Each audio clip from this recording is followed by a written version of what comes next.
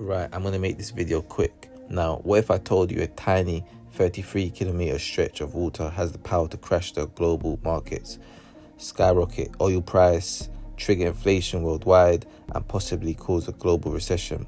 Now, this isn't no movie plot or scenes from the movie. This is the Strait of Hormuz. And if that gets blocked, the whole entire world will actually feel it. So sit back, relax, and plug in. Because this video here is going to explain everything clearly, and I'm going to touch base on how we can actually make money from this situation. And it's not really about capitalizing on war, but it's about how we're going to protect our money and grow our money so that we are not affected by the increased prices because of war. Now, have a look at this video.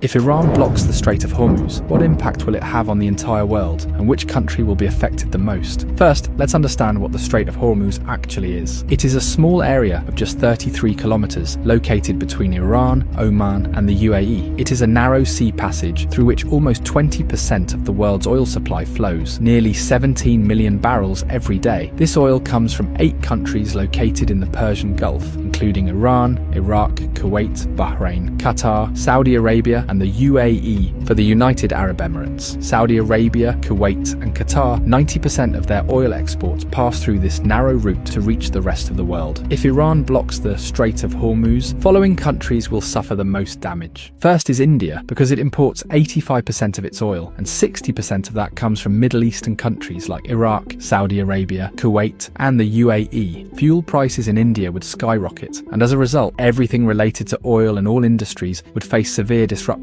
Industries could shut down, there would be job losses, and the economy would be severely affected. The second most affected country would be China. China is the world's largest oil importer, bringing in 10 million barrels of oil every day. 40% of China's oil imports pass through this Strait of Hormuz. Although China has built oil pipelines with Russia and Central Asia, they don't even fulfill 20% of its energy needs. So, if the Strait of Hormuz is blocked, China's economy could suffer a massive blow, and if China's economy is shaken, its effects will be felt all over the world. The third most affected country would be Japan, as it imports 90% of its oil, and 75% of that passes through the Strait of Hormuz. The fourth most affected country would be Saudi Arabia. 80 to 90% of Saudi Arabia's oil goes to the rest of the world through Strait of Hormuz, while only 10% goes to Europe via its Red Sea coastline. So if this choke point is blocked, Saudi Arabia's economy will be heavily impacted. Imagine that a country suddenly loses 80 to 90% of its revenue. What would happen to it? Something similar could happen to Saudi Arabia. There's also a high chance that Saudi Arabia might send in its military to reopen the route, and that could make the situation even worse. Fifth is Pakistan, which gets about 90% of its oil through the Strait of Hormuz. This oil meets around 27% of the country's energy needs. So if the route is blocked, prices in Pakistan could rise sharply. But there's an interesting twist. Since Pakistan shares a border with Iran, and several government reports suggest that 35% of Pakistan's diesel comes unofficially from Iran. So if the strait is blocked, Pakistan might turn to Iran for oil, either quietly or through an official deal. Next in line is the UAE, because as nearly as 72% of its oil exports rely on this Strait of Hormuz, the country does have a backup option, the Habshan-Fujairah pipeline, which allows it to bypass the strait and export up to 60% of its oil. But for a major economy like the UAE, losing the remaining 40% would still be a serious blow. Next comes the European countries like France, Germany, and Italy, which on average get 10% of their oil through the Strait of Hormuz. A blockade here would hit them hard as well. Globally, experts warn that oil prices could soar past $150 a barrel, causing widespread inflation and possibly triggering a major global recession. So this small 33-kilometer area holds enough power to shake the entire world.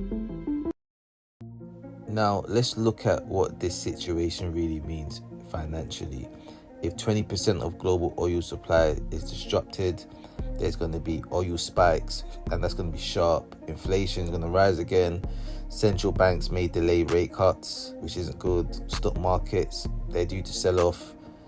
And stuff like gold, the safe haven assets, that's due to rally. Emerging markets, though, that's going to suffer. Airports and transportation stocks, that's going to drop. And energy companies are going to surge. So how can we actually make money from this situation and protect our money? Now, we need to look at it from this standpoint. Now, gold is a safe haven. Anytime there's a war, investors move money into gold.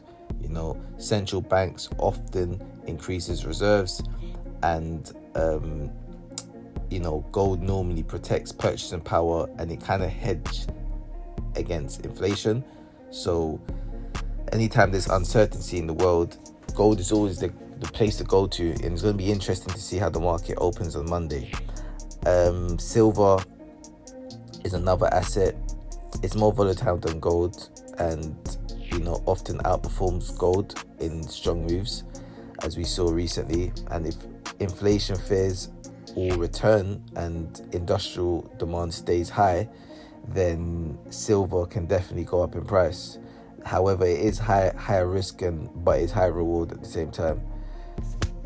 And probably the most obvious play out of them all is investing in energy companies, oil and gas exposure, I would say, because the prices of the costs for the cost of the price is going to go up to export and to sell, which means these companies are going to be making a lot more money.